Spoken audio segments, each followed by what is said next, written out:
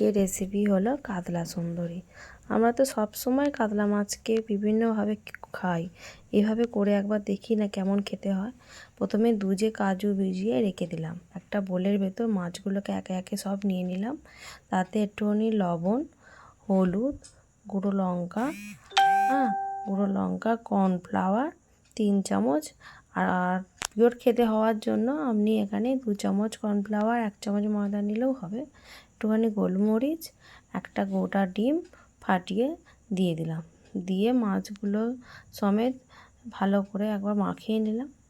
মাখিয়ে নেওয়ার পর তাতে আবার একটুখানি আদা রসুন বাটাও, কাঁচা লঙ্কা আদা রসুন বাটাটা দিয়ে দিলাম। দিয়ে মাছটাকে ভালোভাবে মাখিয়ে আধ ঘন্টার জন্য অবশ্যই রেখে দিলে ভালো হয়। যদি সময় আপনাদের হাতে কম থাকে, এখানে 10 মিনিট রাখলেও খেতে ভালো হবে। কড়াই একটু সর্ষের তেল নিলাম, নিয়ে মাছগুলোকে গ্রেভি সমেত একটু চেষ্টা করবেন মাখিয়ে ফ্রাই করবার, কারণ আর এই মাছটা ফ্রাইটা খেতে খুব ভালো হবে এবং কম আঁচে ধিমে আঁচে মাছটাকে ভাজতে হবে।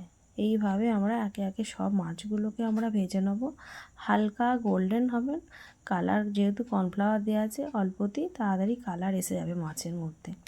এইভাবে করে নেওয়ার পর কড়াই একটু তেল দিয়ে, সর্ষের তেল দিয়ে পেঁয়াজগুলোকে লাল লাল করে ভেজে নেব। ভেজে নেওয়ার পর একটা টমেটোকে কুচিয়ে দিয়ে দেবো। টমেটো কুচো দিয়ে একটুখানি নাড়ার পর আদা রসুনের পেস্ট দিয়ে দেবো।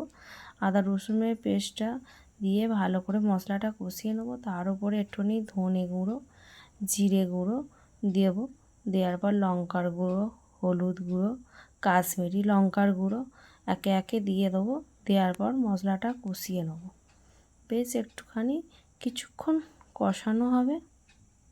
কষানোর পর কষানোটা দেখলে আপনি বুঝতে পারবেন যে জিনিসটা রেডি হয়ে গেছে। তখন আমরা প্রথমে পেঁয়াজের সময় আপনি গরম মশলাটা ইউজ করতে পারেন। যারা একটু গরম মশলার সেন্ট ভালো লাগে তারা পেঁয়াজ ভাজার সময় দেবেন। আর যারা গরম মশলার সেন্ট ইউজ পছন্দ খুব একটা করে না, তারা লাস্টে একটু ঘিয়ে অল্প গরম মশলা দিয়ে আর এই মশলাটার ভেতর দিয়ে দেবেন।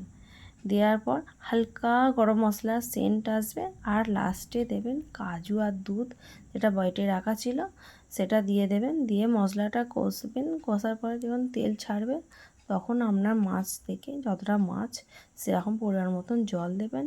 কাঁচা লঙ্কা, খানচারে কাঁচা লঙ্কাকে চিড়ে দিয়ে দেবেন।